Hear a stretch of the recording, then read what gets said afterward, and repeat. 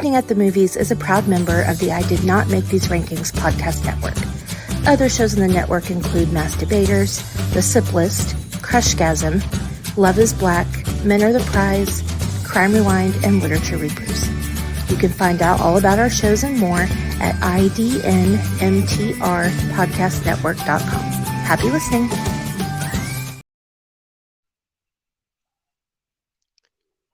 On the afternoon of August 13th, 2023, two friends embarked on a further descent into the rabbit hole known affectionately as the Texas Chainsaw Massacre series.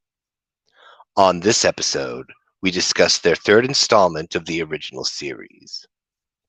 As we travel further away from the source material, we find ourselves in a bizarro land where not even Viggo Mortensen is safe. A world where we learned that clowns are food and technology is our friend. As the squeaky-kneed killer approaches us in the night, we find ourselves asking, have we gone too far? I say, we have not yet gone far enough into this void.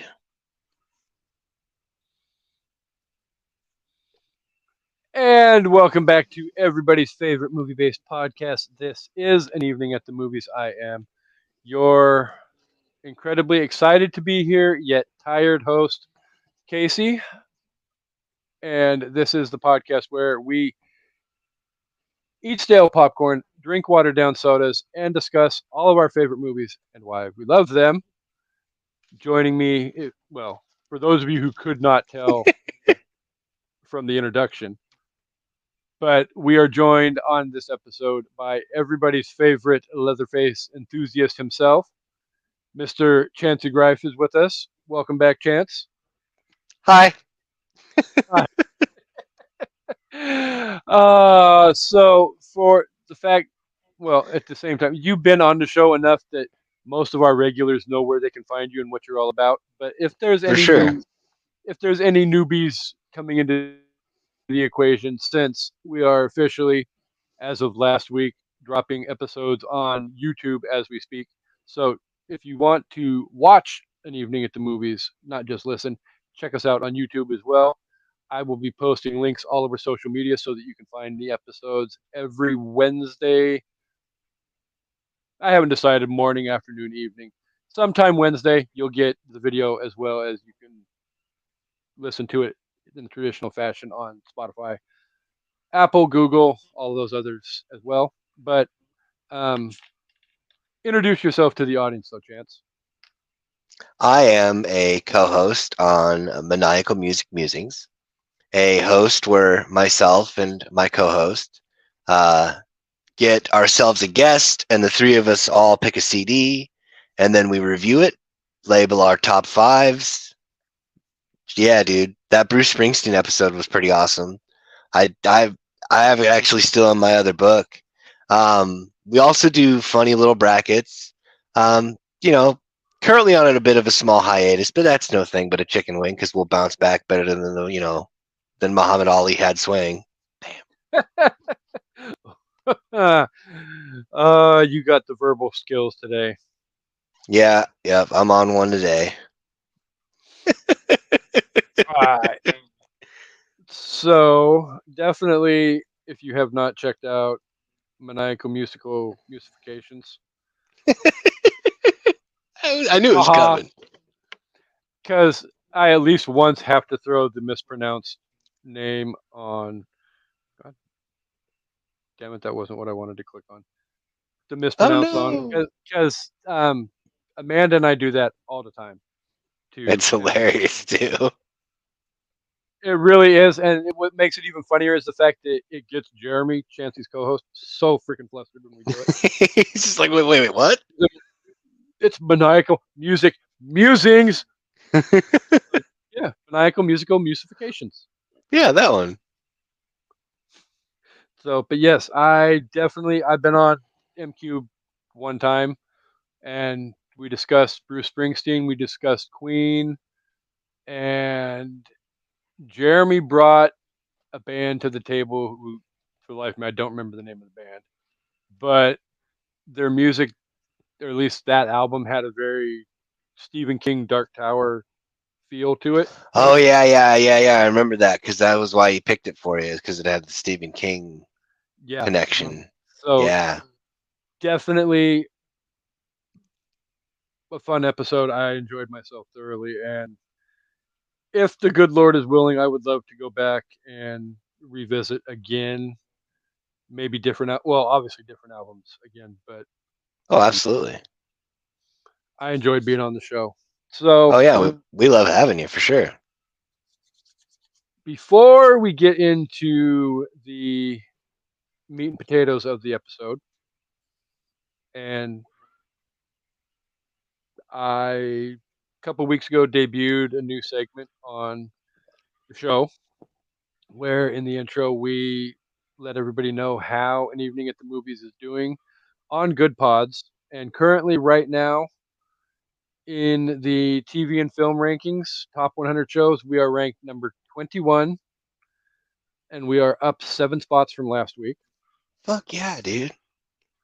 That's really, really fucking awesome. Um, Yes.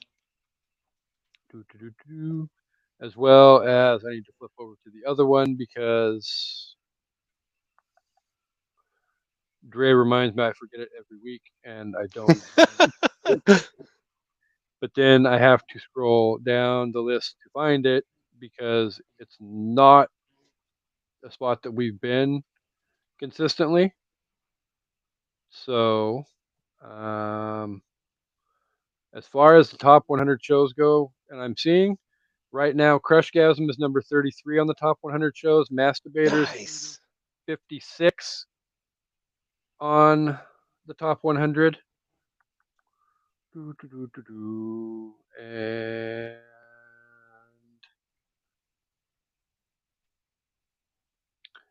evidently, we this last week fell out of the top 100. But That's all right. We're gonna bring but it back. Masturbators and Crushgasm are ranked, so definitely lots of love for them. Um, for those of you in the Facebook groups, I will be screenshotting everybody in the show's rankings and posting them on both the network Facebook group and I will post them in the An Evening at the Movies group as well. Just because we're all doing really well with our shows, and that deserves to be celebrated and recognized. So definitely hats off to the other members of the network as well, and all the hustle and hard work that they put into helping maintain great quality shows for our listeners to listen to. So thank you guys for being there, and thank you for helping support each and every one of our shows. We appreciate every one of you. With all that said, in case you missed it during Chancy's introduction, we are here this week to discuss Leatherface, the Texas Chainsaw Massacre 3. That was nice. That was nice. The Do 3. do. Well, that actually literally was just my phone texting right at the That's right exact awesome. moment. That's so awesome. Literally, I got a damn Facebook text right at the moment that I needed that freaking drum roll to come in. So, wow. That shit will never happen again, so don't plan on ever getting that to happen again. But all right, so the meat and potatoes of the information on this movie, Texas Chainsaw 3, released on January 12th, 1990, was directed by Jeff Burr, Yep. was paid for, and released and distributed by New Line Cinema, otherwise known Yes. as the The house house that that Freddie built. Freddie built. Thank you very much. Yep. It had a budget of $2 million. And as my esteemed guest on the episode, would you like to guess what its box office was in you 1990? you said it was 3 million for the budget. Two. Oh, two. Okay. I'm gonna guess they barely made half of it back. Uh, almost got 3 times back. The, Wow. the box office was $5.8 million. That's Again, crazy. not to spoil one of our next episodes, but if you think that is bad, I'm curious to see what the differential between the budget for Next Generation and that box office number is going to be, because I know good and hell well that number, if that number has a box office, it can't be much more than $1 million. Yeah, I I know. mean that movie went through Hell. release hell slash purgatory, where it was released under one name, pulled off out of theaters, re-released under the Next Generation, blah blah blah, and you can't say, oh well, it had Matthew McConaughey and Renee Zellweger in it. Nobody knew who those two were when that movie came out. Facts. I mean, literally, it came out, and I think the first time it was set to be released was they were fresh out of the University of Texas at the time, I believe that's and correct. very young actors. Then it got pulled out, and then when they both started breaking through and started gaining popularity, Yep. that's when they decided to go back and re-release. So if that movie has a box office at all, it is because of the fact of Yeah. Dazed and Confused, and freaking Jerry Maguire helped that shit out a Yeah. lot. Yeah. You're not wrong, sir. You're not wrong. So yeah, $5.8 million. Rotten Tomato score. You want to take a guess on what that score is? I don't know, 70? Lucky 13. Is it 13? 13% on 16 ratings, with a four, 4 out of 10 average. Oh man. That is, I mean, That's rough. that's very rough.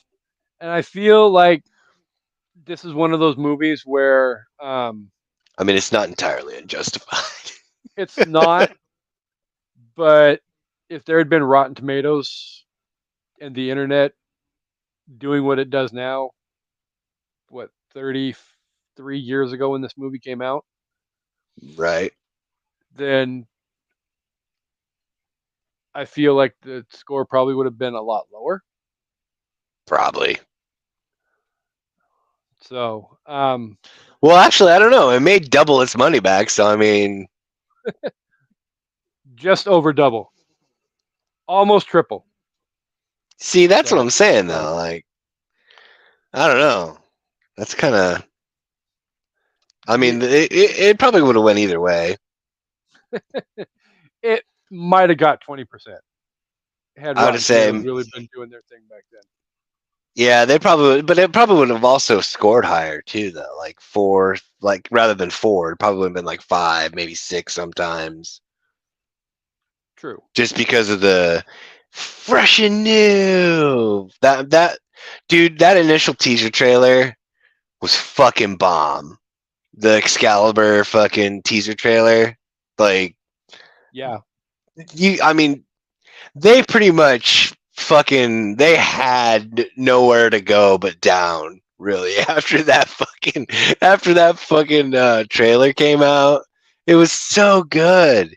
And then all of a sudden, the movies, we keep saying this stuff, but in all reality, I have to say I do enjoy watching the movie. So, For some, okay. I actually like the fourth one better than the third one, but that's just for other reasons that we'll get into later.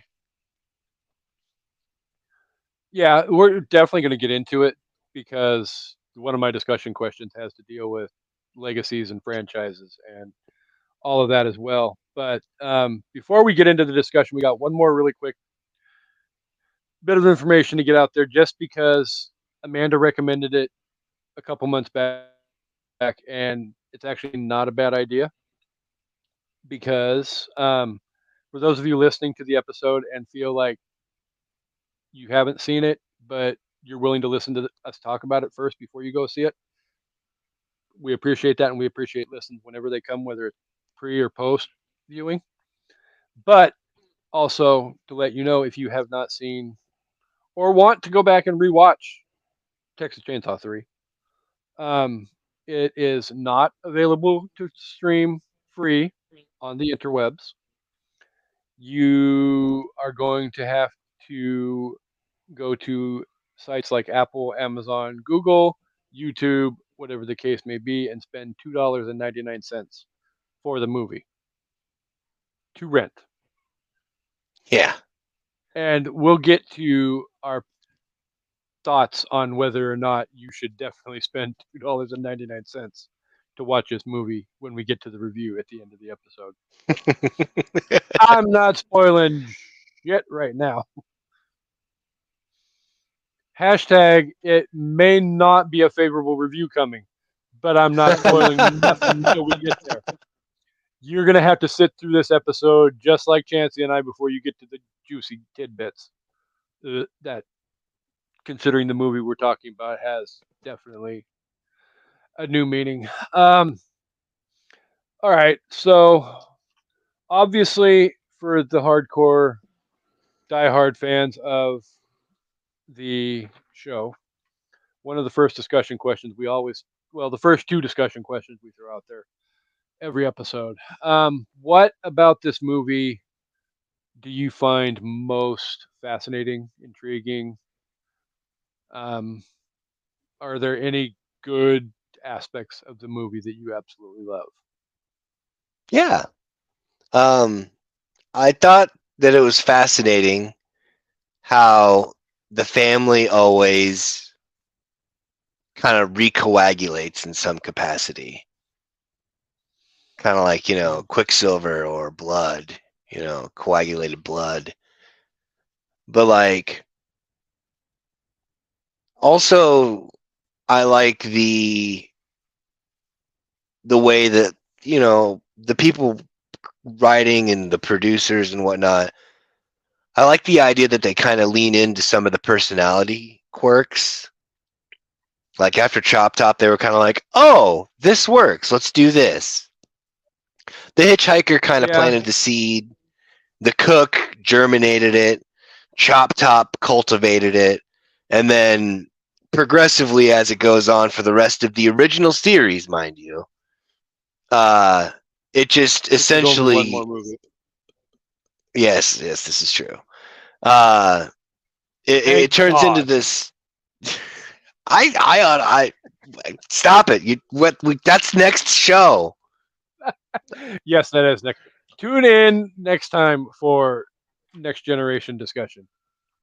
But I liked um, the fact that oh shit, Tinker's his name. Yep. The I liked that element because that's not really something that you would kind of expect to see from a reclusive family that barely has electricity, let alone running water. Yeah, I think for the most part, I think you get a little bit of that from Toby's OG movie, but Just a little.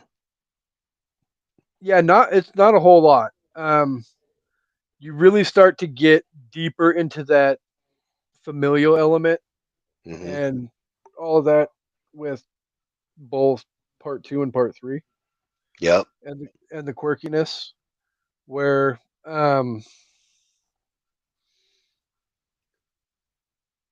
I mean my probably my one biggest thing that I latched onto with this movie is, to me, this movie felt like it was New Line trying to pull things back to Yeah. the style that Toby created for the movie, Yeah. I can albeit definitely see that. what No, I definitely see what you're saying there. 16 Like years ago. they tried to, in their own way, forcefully bring it back to that original feel, but that's just impossible to do because they didn't have, Toby or the original writer, the people that had the whole premise of the idea for the story itself. Yeah, and I don't know why, for the life of me, I growing up, always, 'cause I never, as a kid, paid attention to the cast and all of that stuff on movies like Texas Chainsaw. But for some stupid reason, I always thought Gunner had a lot bigger role in the franchise than what he did. He only No, played sadly. Leatherface one freaking time, Yeah, but yet unfortunately. he is wildly, yeah, he is widely recognized as being the Leatherface, even though there was a different guy for part two, it was a different guy for part three. Yep. Not going down the part four episode road just yet, but and then obviously you can't with the reboots and all of that. You have Although to Gunnar go a was in the different. reboot, one of the reboots. He Was he? the one Um, where Bill Moseley plays a younger version of the cook where they're having that family meeting. Gunnar Hansen's a part of that family that gets killed. I totally forgot Did I about just blow that your because fucking I was gonna say, did I just blow your fucking mind? well, kind of, sort of, because I hadn't either I forgot that or I had not realized that. Yeah. But it just go that right there goes to show you how long it's been since I've watched the reboots. It's And been a while for me too, but I always remember seeing the like, oh, oh. right, I mean, Gunner is one of those iconic, like he is to Texas Chainsaw what Nick Castle was to Halloween, what Robert was to Nightmare on Elm Street, what Doug Bradley is to fucking Hellraiser. or Kane was to Friday the 13th. And again, at the same time, Kane was not freaking Jason Voorhees that much of the damn franchise either. No, not really. He wasn't. Uh, Like maybe 3 or 4 of them. No, it was more than that. nah, I guess he probably was about half of the franchise because you have to Yeah, remember part one was Mom, and right. then two 2 is was somebody Steve, else. three was somebody else, Yep. four and five I think were somebody else, and then like six, seven, eight, nine. 10, 11, 12. Or, yeah, 10, 8, 9, 10. And then Freddy versus Jason. Or no, they replaced him on No, that. they were That was because dumb. that was one of the first things I knew as soon as I had seen that. It was I going to was be like, terrible.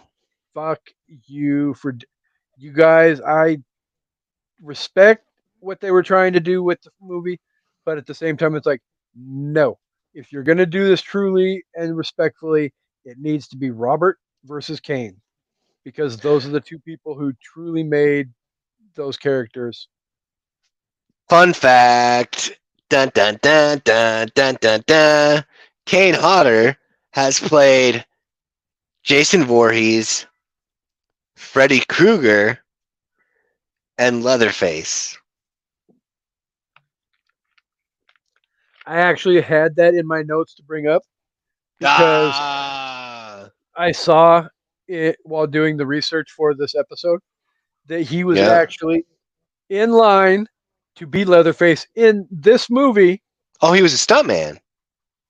Well, and he was also one of the choices, but it didn't work out, and No, they went with the other guy. they went with the other guy who ultimately ended up getting the part and Yeah. being this version Yeah. of the Right. Leatherface. Yeah. Yeah. I was really pissed off that they didn't give him a snazzy suit, dude. That fucking suit was so badass. Oh yeah, dude, that suit is like freaking iconic. That would be like taking Freddy out of the The Resident sweater. Evil sweater, or Yeah, dude, taking for Jason, sure. or taking Jason and or Michael Myers out of the dark gray coverall Yeah, jumpsuits. that's a fact. There's a lot of fun little triangle twists with this movie. Mm-hmm. It's not my favorite one because my favorite one is like Bill Paxton and Lance Hendrickson, who were killed by the Alien, the Predator, and the Terminator. I always thought that was pretty cool. But so Bill Butler, the guy who played Ryan, the whiny boyfriend, he was killed by fucking Jason in a Friday the 13th movie, killed by Leatherface, and then also I believe he was in the remake of the Night of the Living Dead series. So he has quite the horror resume himself. Oh yeah, not only with acting but directing and writing as well, because he wrote like all the Ginger Dead Man movies and fucking. He's got a long fucking resume for the business. Hashtag if you like B horror movies, definitely Fucking for sure. you need to check out and pick Chancy's brain, because I admit I love horror movies like there's no other. But the man on my right, your all's left, has B horror movie knowledge like there is no other. I mean, we literally could do an episode of this show where we just Chancy's recommendations on great B horror movies to check out and watch. I can Oh, Motel guarantee you, Hell. Motel Hell, right off the top of my head for sure. Motel Hell, Silent Night, Deadly Night would be on that list somewhere. Yep. Oh yeah. Yep. So, The original Black Christmas. you know what? Why don't we do that for a special bonus episode in October? Why don't we bring in Chancey himself and let him recommend some great off the wall B horror movies for everybody to watch? Because everybody gives all the credit and love to the Friday the 13th, the Nightmare on Elm Street, the Halloween, the big A-list slasher movies. But horror is so much more than just Freddy, Michael, Jason, Chucky, those big main market, mass market, blockbuster, for lack of a better term, horror movies. Which is why that we're doing what we're doing for an evening at the movies that month, and we're talking straight horror, no slashers, because we've done a lot of slashers the last 2 years, and with the fact that there's no Halloween this year, there is absolutely no reason for us to be talking about slashers. Let's give some recognition to the Sweeney Todds and some of the other Come stuff. on. Sweeney Todd's a slasher killer. Don't be fucking that. Come on. He's a slasher. By word for word definition of the title, yes. But Yes. Yeah. But we're going to be discussing some great other aspects of horror as well. Oh, for sure. So I don't remember exactly what all we've got on the schedule because that is buried so deep on Facebook. But within the next few weeks, you'll be starting to hear what we've got coming up as soon as we start booking that. So, oh my God, some of the freaking dialogue in this movie, to bring it back and get back on track again. Right. I mean, we know what to do with those parts. Well, it's not like it's like the epic greatest freaking phrases ever written. They're funny and hilarious, but literally like the first thing I remember, like creamy breakdown of body fat. Yeah. I'm like, yeah. Poison Crisco. That exact. Then you literally follow it up with a further explanation of that creamy breakdown of body fat being. Oh well, technically it's just poisonous Crisco. Yeah, basically. Yeah. Militant lumberjacks. Yeah, militant lumberjacks. See him all the time. Dude, I want to know what the fuck he gave them, to be bluntly honest. Because for real, though, like, they were like, no, seriously, we gotta watch out for the bad guys. Fucking, what the fuck? Right? Fucking A, man. Speaking of Ken 4A, though, Uh, like in the original alternate ending, like he was supposed to die. So he would have then had his own little interesting triad where he would have been killed by Michael Myers, Leatherface, and then he was in one of the Return of the Living Dead films, the remakes. Oh, it's a small Fucking, world after all. and then moving forward with Viggo Mortensen's character Tex, I honestly think that role in Leatherface and then his portrayal of Lucifer and fucking The Prophecy are probably the two some of the best acting as far as for this setup. Because I will go on a whole tirade about Matthew McConaughey in the next episode because for fuck sake. So I don't know if Chance the rapper has this in his notes at all either, but now that he brings up the fact that the star of this movie technically is Viggo the Cruel himself, Viggo Mortensen. And if you go back and look at the fact Jeff Burr was not one of their first choices to be director of this movie, one of their original choices to be the director of this movie is a man by the name of Peter Jackson, Yep.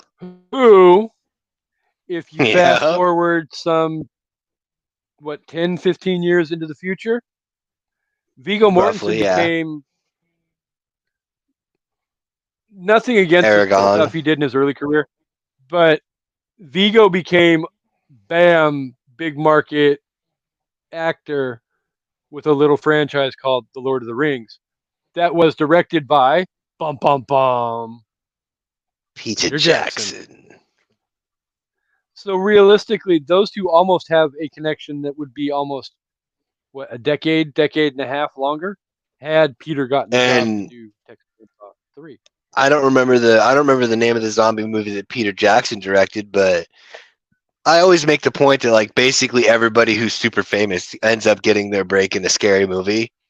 Whether it be Kevin Bacon or Matthew McConaughey, which isn't necessarily the case in his thing, but he did his start. Jamie It's Lee. like you got to pay. Yeah, it's like you got to pay your dues in a scary movie before you can elevate to a different, a different So level. here's my thought on that. I agree absolutely 1000% with this, and to me, it harkens back to um, the number two greatest horror franchise of all time. For those of you who don't know, that would be Halloween. Ah. I say that only because I know that it pisses Amanda off when I say that. Because she and I are never going to agree on an official position for the show as to which one is number one and which one is number two. I will Yeah, always stand on yeah. the hill of Nightmare on Elm Street. She will always stand on the hill of Halloween.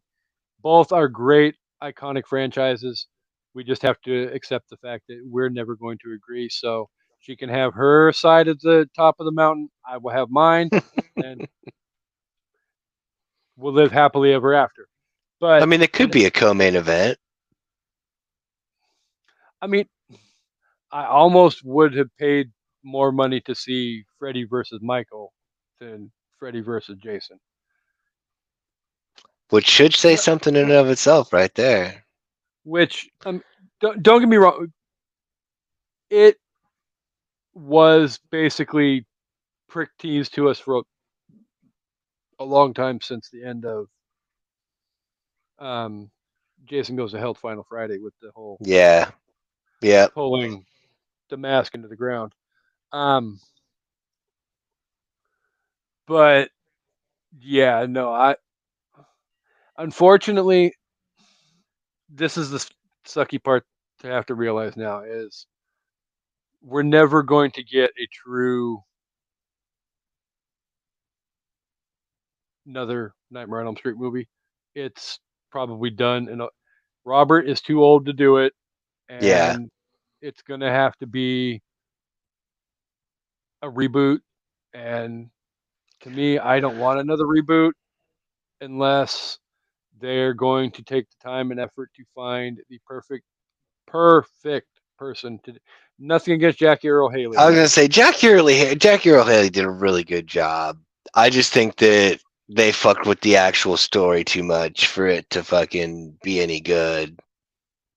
Yeah, and ultimately we will get to Nightmare on Elm Street 2010 at some point. I'm not in any rush, so hashtag stay tuned a long way down the road for that episode. In a galaxy far, far away. I mean, at the same time, I also said the same thing about Rob Zombie Part 2, and we did that episode last year too. I So, mean, we could have just not. I mean, it is what it is, and more than likely, now that I say stay tuned for a long time because I'm not doing that episode, It's gonna be real probably soon. probably by 2024 we will have sat down and discussed Nightmare on Elm Street 2010. So, realist, it's coming. Just be patient. Um, what else? Oh, the twisted freaking line that Vigo has. Well, he's got what was it, Michelle in the chair, and he's literally slowly nailing her hands to the armrest. Whack, So, whack. so how do you like Texas now? Yeah, yeah, that was I'm awesome. like, I'm like, you sick sadistic son of a bitch. Or Um, Mama Sawyer from Mr. Belvedere.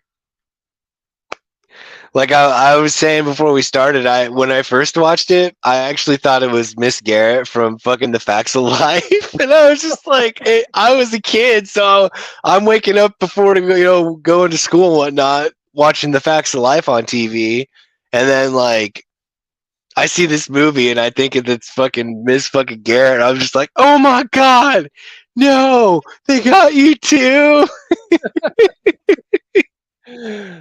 speaking of Mama, though, one of my other favorite lines.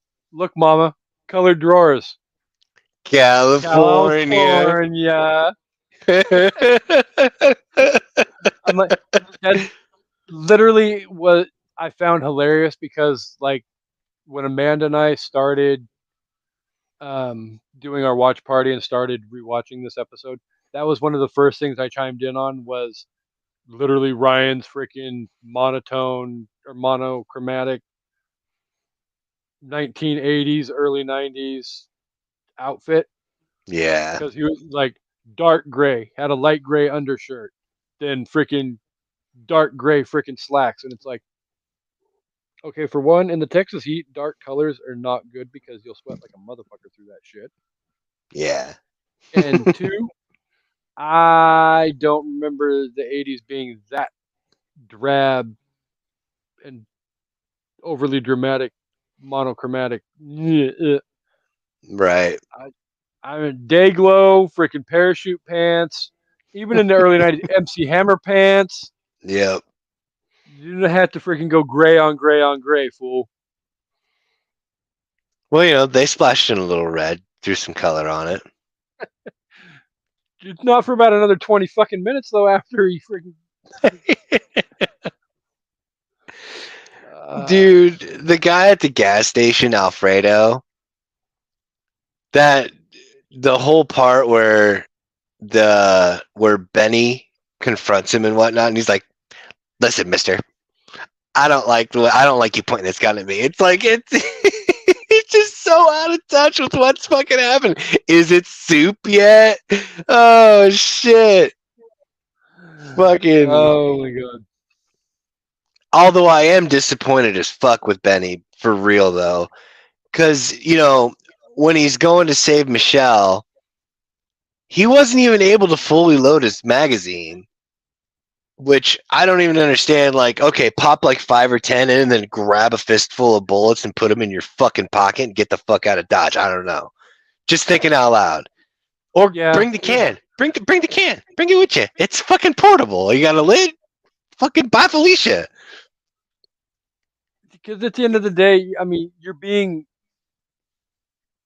it's a frantic moment where, you're running for your life or defending your life. you don't just have freaking 100,000 minutes to just sit there and just click, click, click, and just fill the entire magazine up. Yeah, just I get a mean, few in there. Get the fuck to a safe place. Continue to fill. and Defend. that, And he's or also like supposed to be a prepper, so like that muscle memory, quote supposed to unquote. be. Benny had, to me, a feel like the trucker in Rob The Zombie's first remake. one. Oh, Yeah. okay. Oh, okay. Well, yeah, it's the same guy. See, that's where Rob Zombie, I appreciate the fact that Rob is a fan of the genre because definitely Rob will throw tidbits like that into his movies. Right? I'm not saying they always work out for the same. I knew for some Right. reason Fucker looked a lot more familiar than I thought he did, though. Yep. Yeah. Yeah, but he's like I said, he's there to save Michelle while she's in the house all hammered to the chair and whatnot. Dude, he's fucking handing out them bullets like it's Halloween candy. What in the actual fuck, dude? Like that's just that bad prepping. That's not I'm a prepper. I'm a weekend warrior. Fucking what the fuck, man? Evidently not that great of a freaking weekend He- warrior. not prepared. Ill prepared indeed. I mean, shit. At least he So lived, in the way in the way they ended up putting it out. For yeah, some reason, even though he took a whole chainsaw to the side of the fucking head, and dude, that water had to be fucking septic so bad. All those fucking body parts floating in it. yeah. Yeah, Again, creepy body fat. What was it? creamy Creepy breakdown about breakdown of body fat. Yeah, yeah. poisonous Crisco, but yet you have all the body parts floating around in that. Ugh. That's a gangrene gumbo right there. Oh my god, that. All right, so as far as okay, so one of the things that I love about this entire franchise is the simplicity of the whole entire story, the style in which it's made, everything, all of that. Do you think this two-part question? One, do you think the simplicity helps or hurts the movies in this franchise? And two, would a 21st century complete reboot and ramp up help ramp up the horror in the franchise? Because by today's standards, you're going to get a little more freedom to do and show stuff that you obviously weren't given the freedom to do by the MPAA back in the 80s and 90s. That's a really good question. Um, if they were able to maintain the simplicity of the circumstances themselves, and then also found a way to appropriately tie in the overall arching narrative that the fourth one was trying to illustrate, which of course we'll get into on the next episode. I really think that if we did, like, if it also like just drop the new reboots and all this, like, it's not that I don't like it. That's not it at all. No. It's just that I think that what the first four were going for, if it was given that opportunity for a full reboot with the ability to maintain the simplicity and connect the overarching narrative, I really think it would be a good and interesting series. Because, like, the connectivities between 1, 2, and 3 with the reveal of the overall arching narrative of 4, because, Stretch makes her cameo in the third film as that reporter on the side of the road. So she finally got out to do her news reporting like she was looking to do. Yeah. So like all that interconnected nature, because like, you know, in the second one, Lefty was there to avenge the death of his niece or of his nephew and subsequent death of his niece because then she died later. Yeah. And then that movie, if it had played out like it wanted to, it was going to show that Stretch was Lefty's daughter. So then in turn, she carries on after he dies, chasing them and reporting the news on them into the third one. I mean, it's simple as far as how the victims end up in where they're at, but they also had a way of being able to try to tie in a bit more of a complex narrative. But the the one thing I think they would have to do a better job of, which is something they tried to do in the fourth one, which obviously we'll get to, is how they replenish the numbers of the family.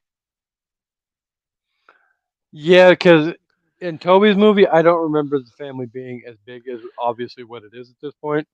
Then it wasn't because like you Well, had because you lose people in the OG, you lose people in two, you lose people in three, but yet the family still continues to maintain or even expand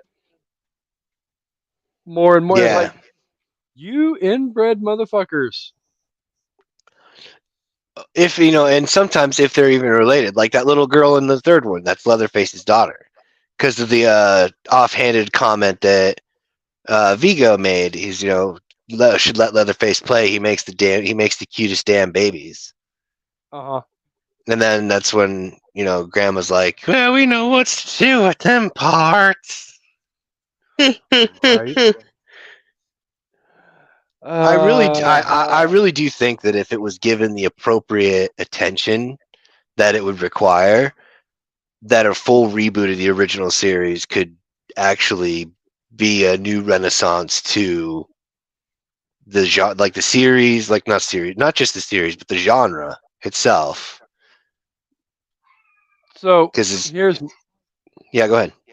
oh, I was just gonna say my thought, and seriously, for those that know mine and Amanda's history, we have the phrase "Guma," get out of my head.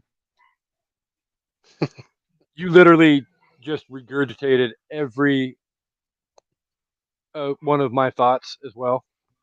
Nice. Um, if you're gonna do a complete reboot of this franchise, it needs to be you take Jessica Biel and Jordana Brewster and throw them into garbage, Yeah, and the other Leatherface movie as well. I mean, yeah, even though technically not sequel, not I mean that technically goes back to, it gets muddy as to the whole, again, continuity.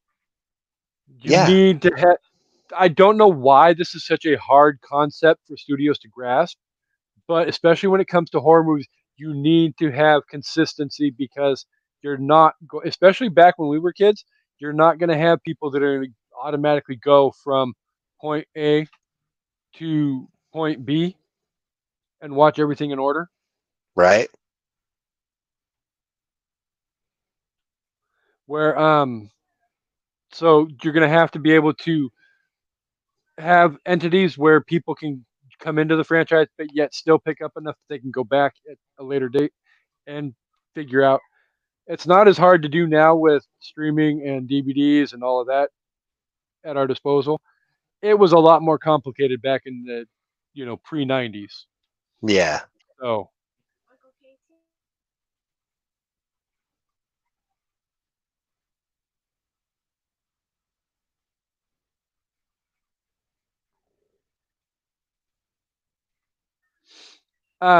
but yeah, it's very, you definitely have to get, you have, the main key though is you have to keep that simplicity, because at the same time that's the uniqueness of this entire franchise that Toby set up incredibly well.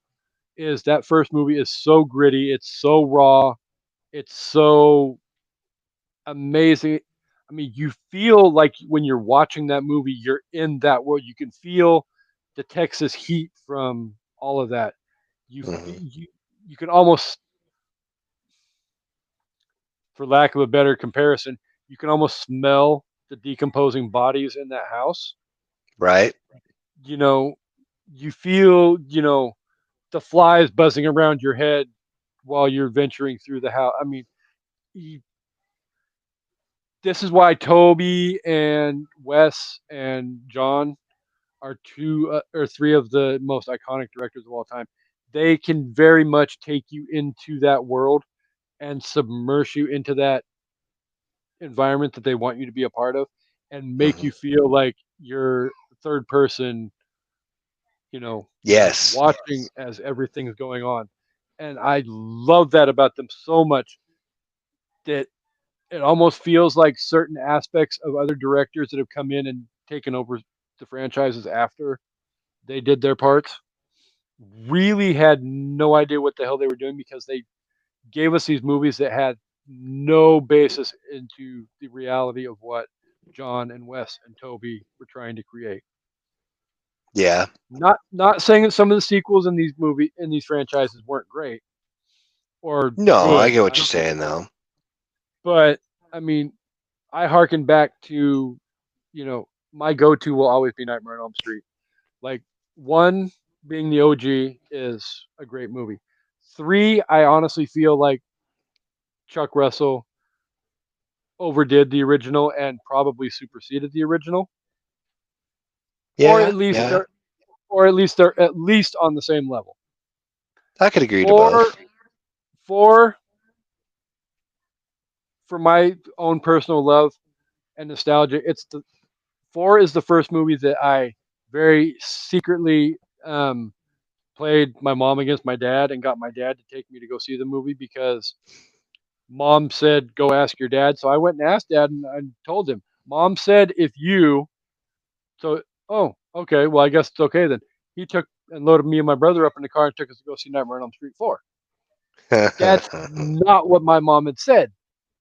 She's like, go ask your dad. She didn't want to have to be the bad Deciding guy, factor. Yeah. Right. and she expected he'd put his foot down and say, no, you're still a little. Technically, we were probably a little bit old for that shit, or young for that shit. But because I remember coming home after that movie and having some fucked up dreams. But um, that's the beauty of Nightmare on Elm Street. But um, then you get the weirdness of what you got with Dream Child, Yeah.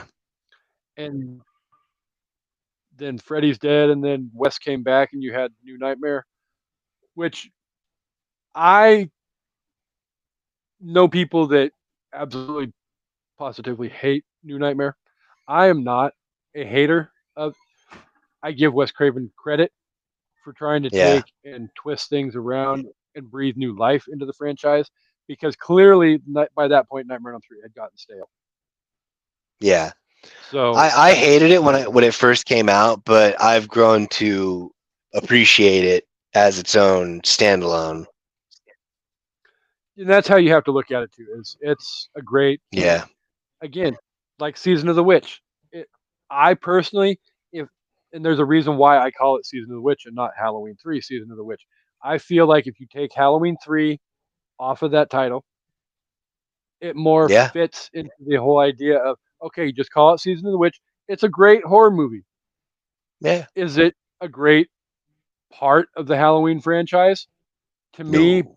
my definition of the franchise is Michael Myers and all of Donald that. Pleasance. Don definitely Donald did. I'm sorry that his last entry into that franchise had to be that fucking hot garbage.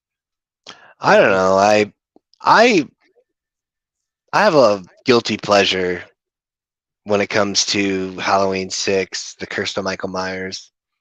I like So, it. spoiler alert. We definitely are going to be getting Chance the Rapper and Amanda together for Curse of Michael Myers. Again, I will give Amanda more than enough warning because I can guarantee you her is going to have to be high as fuck for that episode. She That's all right. can't stand that movie. Her, I mean, you know how much she loves Halloween. Yeah. That movie definitely puts a big, huge dent in the armor of how much she loves. It doesn't.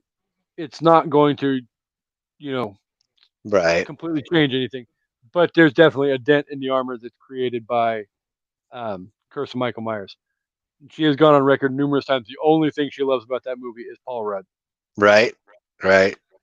So I like the again, guitar. I like the guitar work with the theme, and the I guitar and the soundtrack is all pretty awesome. my biggest flaw that I have with Curse is one thing: the curse or the cult of the thorn. Yeah. 5 words. It's like seriously, are you're seriously going to chalk up the entity that is Michael Myers to a fucking cult? Are you kidding me? Yeah, I get that. I can get It that. But at it's the same just time, it's again, it's some of that stuff like I was talking about with where everybody went after Wes with Nightmare on Elm Street. It's some of the right. things, some of the directions, some of the other directors went with. You know as well as I do. The Halloween storyline from point A being the OG to Halloween ends. There's so many twists and turns and trees, branches that come off that family tree, Oh and yeah. oh Oh yeah. Jesus, God Almighty! You have to be a hardcore Halloween fan to be able to follow and keep up with everything that's going on in that because you have 1 to 2018, you have 1, 2, skip 3, 4, 5, 6, blah blah blah. The Bloodline story, you have the Rob Zombie storyline, you have the anthology storyline, you have oh dear Lord, are you people freaking kidding? I feel like thinking about that, I'm almost ready to have a Chancy size fucking meltdown. That's funny though. Uh, yeah. Um, do you feel like New Line succeeded in their idea of making Leatherface more of a singular entity, or does it just have to be the Sawyer family based You have bloodline to have storyline? you have to have the family dynamic. I mean, Leatherface is. Oh shit, that's actually not entirely true. I don't want to paint myself into a corner on that one It's tough because because Toby kind of sort of tries to set it up with Leatherface being that entity, but then you still have that familial element right here nipping at his heels. yeah, And then definitely after the first movie and you get into part 2 and then part 3, you've got it definitely becomes family oriented. yeah, the And Saw is again, family. part 4 coming soon to an evening at the movies. But like outside of his psychological nature and his different proclivities, Mm-hmm. he I think he falls a little bit too flat to be a standalone like of Jason Voorhees or a Michael Myers. He has to have the dynamic of that family element because like there's so many things about like in the first one, the original Texas Chainsaw, where the cook comes in and never mind all the horrific stuff that's gone on. Look what your brother did to the door. Like, come I love that. I on. love that line. I really I love that line. mean, without that kind of stuff, it I honestly think that like in a perfect world where I'm literally at the helm of this creation of the remake of these 4 films, blah blah blah blah blah blah blah blah. Lines like that would be required to make sure that the audience had a moment to laugh so they didn't literally fall into insanity. Yeah, because I could see how these movies could take you down that road. Yeah.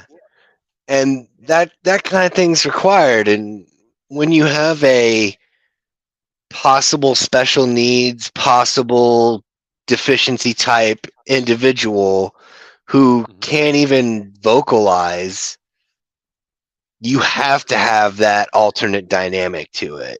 Like, Yeah, yeah, and I understand, Michael Myers doesn't talk, Jason doesn't talk, but they also have those other things that Leatherface doesn't have.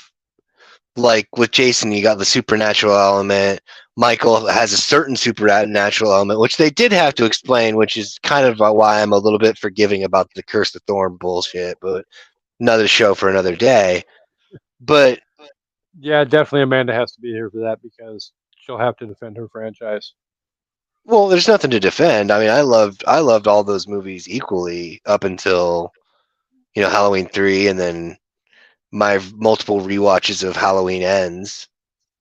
It's no longer as up on the pedestal I put it on when we first watched it, but And it hasn't uh even been a year yet, people. I know that happens though. I really don't think in any realm of reality where these movies get remade that they can't have, like, even when they did the reboot, they had to have Arlie Ermy, Yeah, and without great. him, No, not at all. He is a very underrated actor, for lack of a better term.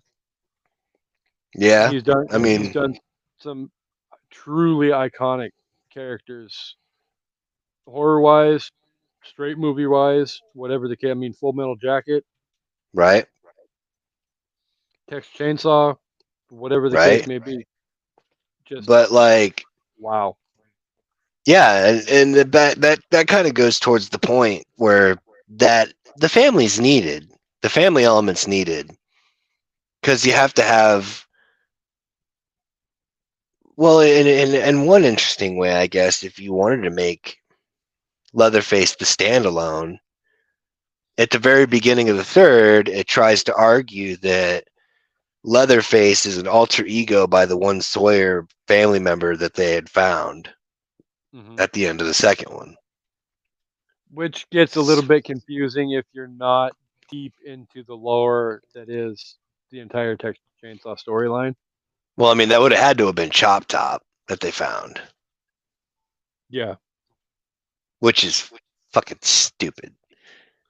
it well the whole thing it because being an alter ego. Okay, well obviously it's not an alter ego by the standard that Chop Top here, but then you have Leatherface over here at the same time Right. in two. Killing two, trying to kill one person and killing another, yeah. You know, nothing against the Sawyer family, but these people are not sharp enough to be able to come up with the elaborate plan. Like, ooh, it's my alter ego, but here you put the mask on and you do all of it so I can freaking hide my.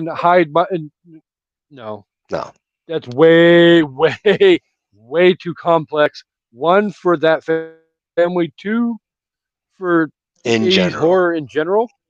You would have Yeah. lost your audience. Well, you unfortunately for part two, you did start losing some of the casual fans anyway. Which is sad because honestly, the second one is probably one of the best ones if you ask me. It is by the stand. Yeah, and we kind of spent a lot of time talking about it in the last episode.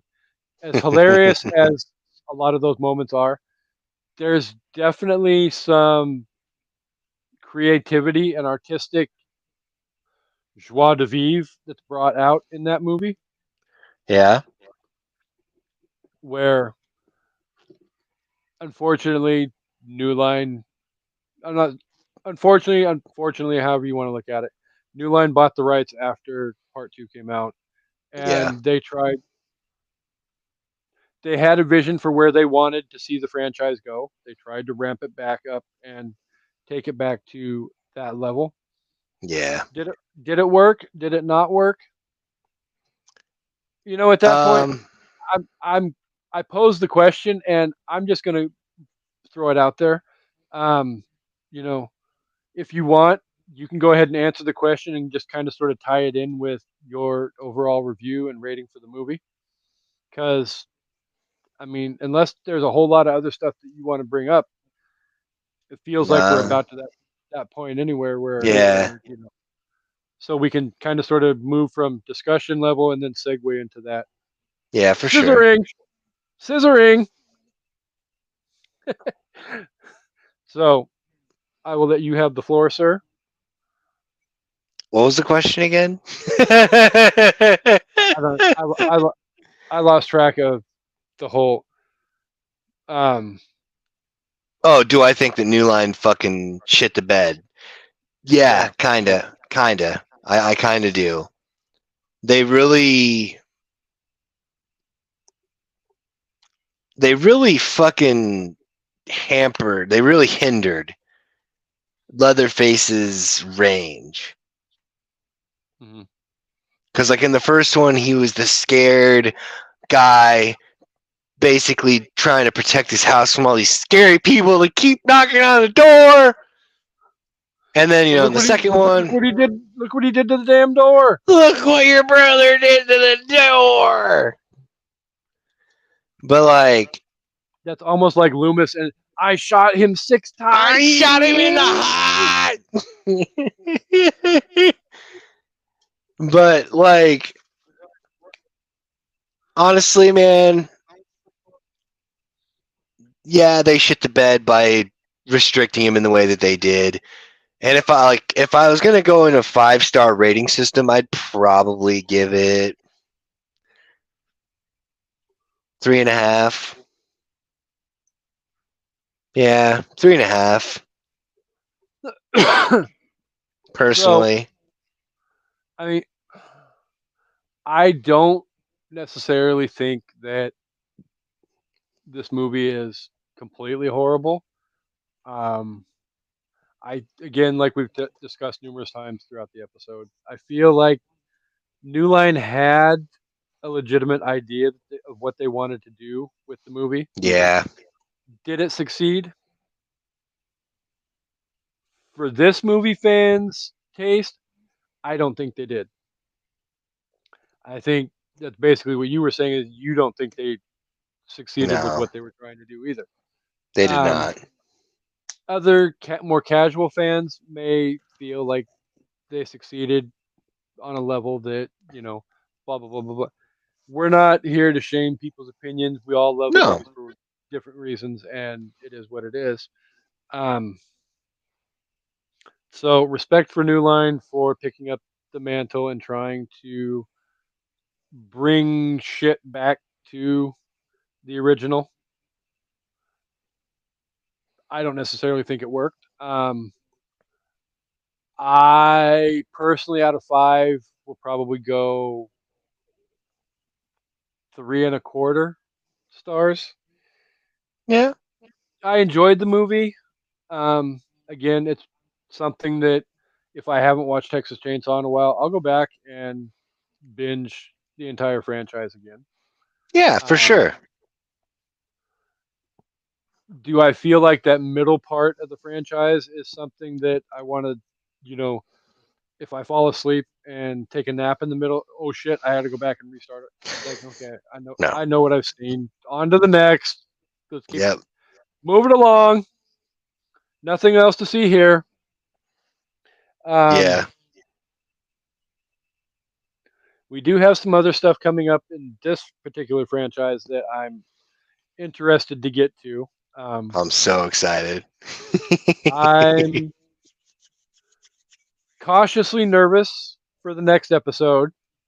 Um, the ones I am really more excited about, though, is Michael Bay, and Yeah, that would be the Jessica Biel yep, reboot because I'm not.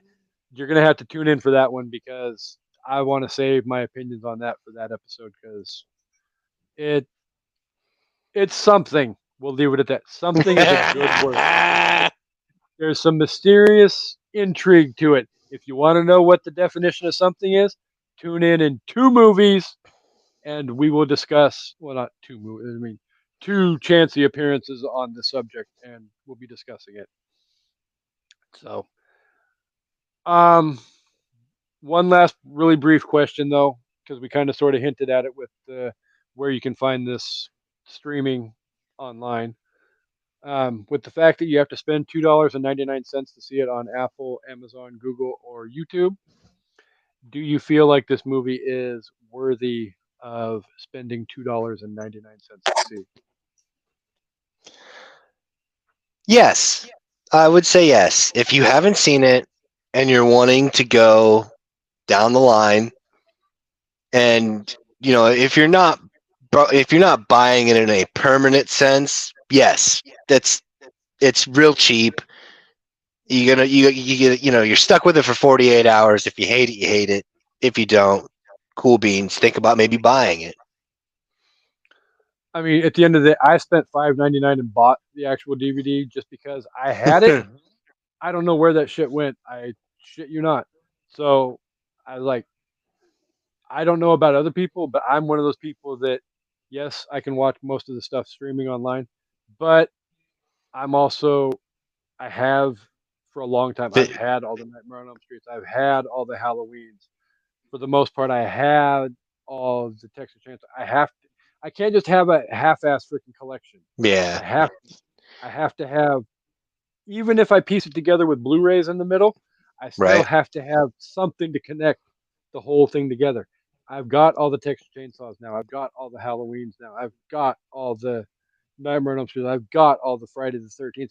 I have every season of Friday the 13th, the TV series as well. Oh, that's a deep cut. That's that definitely. I wish, other than the freaking European version, you could find a damn copy of Freddy's Nightmares, the TV series. Otherwise, you have to get a subscription on Screenbox, and you can find the Yeah, same. But um, I would definitely for $2.99 is not a lot of money. right, So go ahead if you want to watch the franchise. Yeah, if you're a fan of the franchise, I think $2.99 is a steal. right, Like I said, I think I spent $5.99 for my DVD copy. So if you have to have the physical copy of it to put in your DVD player, that's fine. $5.99. I would still probably spend $5.99 for that. You don't have to watch it a lot to get your money's worth out of it. right. So definitely, if you are a horror nut like Chancey and Amanda and I are, I recommend checking it out at some point. You may not like it. You may like it. It may be your cup of tea. It may not. It is what it is. But definitely check it out.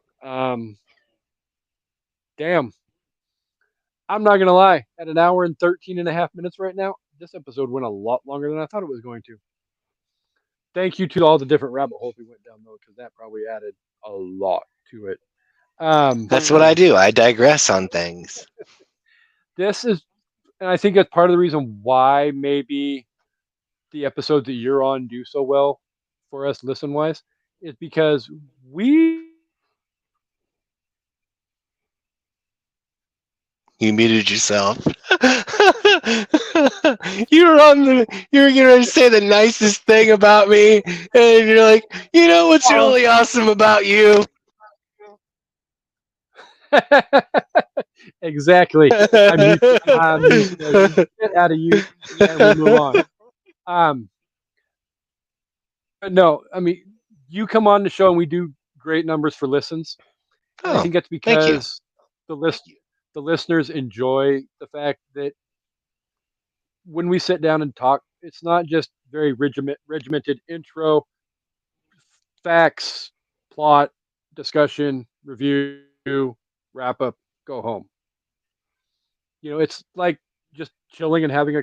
We can literally hit record and just talk and have a Yeah, conversation, and generally we keep it on track. Sometimes we view off like we did today with Elm Street and Halloween and all that. But that's fine. It's fun. It gives the listeners something else to sit back and enjoy. Yeah. So, with all that said, hour and 15 minutes later, thank you if you're still here listening and watching because we are on YouTube now. Yeah. But if you are still here with us, thank you again from the bottom of our hearts each and every week for being here. You guys are incredible, amazing people, and you guys are the reason why myself, Amanda, Shanna, Chancy keeps coming back. We've got a whole bunch of. I'll get to what's coming up on an evening at the movies after I turn the microphone over to Chancy and let Chancy let the listeners know where they can find all of his deep wit and everything that um, he's all about on the interwebs and on the podcasting world and all of that. So, Chancy, the floor is yours. Shamelessly plug the shit out of yourself right now. Well, they can find me on Facebook under my name, Chancy Grife. Instagram. Oh shit! I gave the secret away again. They're gonna find me. Um, Instagram and TikTok is the Red Eye Roundtable, and on X it's Red Eye Table. Yeah, you can find me on Maniacal Music Musings with Jeremy doing the damn thing. Basically anywhere I can get in, we'll expose myself to podcast. Good thing you kept talking because I was ready to go down a rabbit hole you weren't ready for me to go down. Oh Maybe you yeah, were ready. Maybe you were ready for me to go down that rabbit hole.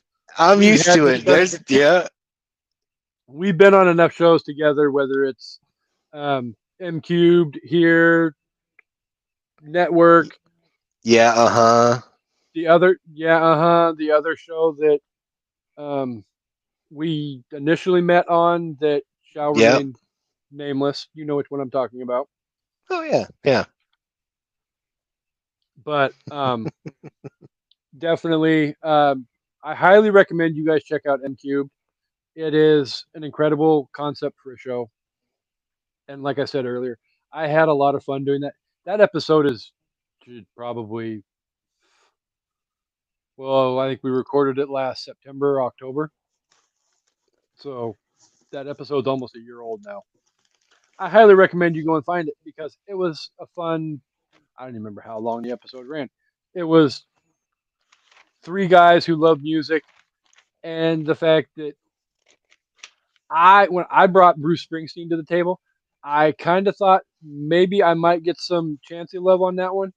I wasn't 100% sure I was going to get Jeremy love on that one, but at the end of the day, Jeremy may not have been necessarily on the same page as where Chancey and I were, but he still had a healthy amount of respect for the album as well. It was that many episodes ago. That's probably a good freaking half to three quarters of an inch of paper. Yeah. Oh yeah. Yep. Wow. I always So every now and then I'll be like, hey, what was the episode where we did this album and this album? And I'm like, flipping and fucking because like, where is it? exactly. I mean, I've got probably 5 or 6 different notebooks right now floating around here that have um, an evening at the movies notes in them. It's got literature reaper notes in it. Not that much notes of that because that's only what 5 episodes deep now. Um, Yeah. it's got notes for our I did not make these rankings podcast network drafts. So I get it. I'm OCD about that kind of shit as well. But speaking of, I did not make these rankings podcast network. You can find an evening at the movies on www.idnmtrpodcastnetwork.com, as well as shows like Masturbators, The Sip List, obviously an evening at the movies, um, Crime Rewind, Love is Black, Men are the Prize, Crushgasm. I think that's it. I don't think I'm. If I missed anybody, I am sorry. I did not intentionally mean to miss you. Um, as well, Literature Reapers has a mid-month episode coming up here in the next few days, so stay tuned for that as well. Um, an evening at the movies is dropping new episodes every Wednesday from now until probably the end of October, because we're wrapping up August and getting ready to roll right into Stephen King birthday bonanza month, where Amanda and I and Shanna will be looking into the Stephen King movie universe in chronological order, starting with Carrie and working our way through Carrie, Salem's Lot, The Shining, Creepshow, which Amanda has already said she will bow out on that episode, because evidently there's a part of that movie that really PTSD is in the back of her mind. I get it; it is what it is. But that's part of the reason why we love having Shanna, is because Shanna can step in and not leave me hanging high and dry and have to do the episode solo. And then we will close out Stephen King birthday bonanza month with Cujo. So, um, also really quick, the actual birthday episode of Stephen King birthday bonanza, we will be joined on the show by Tim Arnold, the host of the Overlook, a Stephen King podcast, who is the reason why Amanda and I met each other to begin with, and also the reason why you have an evening at the movies and the SIP list. So we are excited for that episode to come. We need to get going on that so that we can get Tim in. It's been a long time. Tim has taken a break from recording. So we are excited to be able to get him back into the fold and talk about the Stanley Kubrick movie, The Shining. So stay tuned for that. Towards the end of September. Then in October, obviously Halloween Horror Fest, and you can find us on social media. I will update everybody as we get closer to that as to what we have coming up. I know that there's Sweeney Todd is in there. I know Buffy the Vampire Slayer is in there, and then there's like 4 of the movies in between all that. So, and then Gross Point Blank will be the first movie.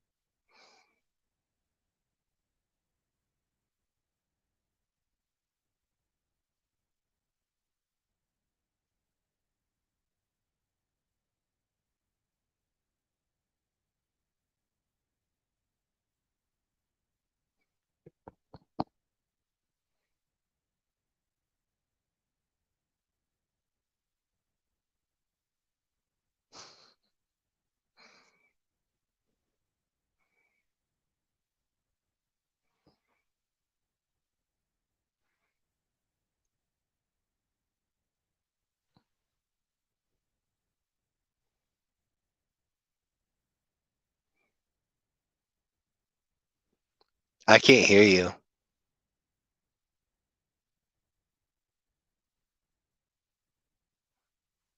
Okay, so Oh, my mic cuts out from time to time, so I don't know what all the last thing was you people heard, but we will just go with the fact that we will be joined on Literature Reapers very, very soon by yours truly, to my right, your left, Mr. Chancy Grife, and we will be yes. discussing The Hellbound Heart, which is the basis for the horror franchise, also known as Chancy.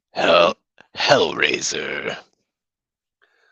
So tune in for that as well. I believe that episode will be airing in October. But again, Nice. we will keep you updated as to when all of the stuff is coming. I know that's still a little bit down the road. So again, thank you, Chancy, for being here. It's Thank you always for a listening. pleasure. 18 minutes as I ramped through coming up on an evening at the movies and everything else. Oh man, it's cool. um, and to all you listeners, again, thank you for being here. And I know you're not used to me saying it because Amanda's normally here, but we hope you guys come back for an evening at the movies. Have a good week, guys. We'll see you next week.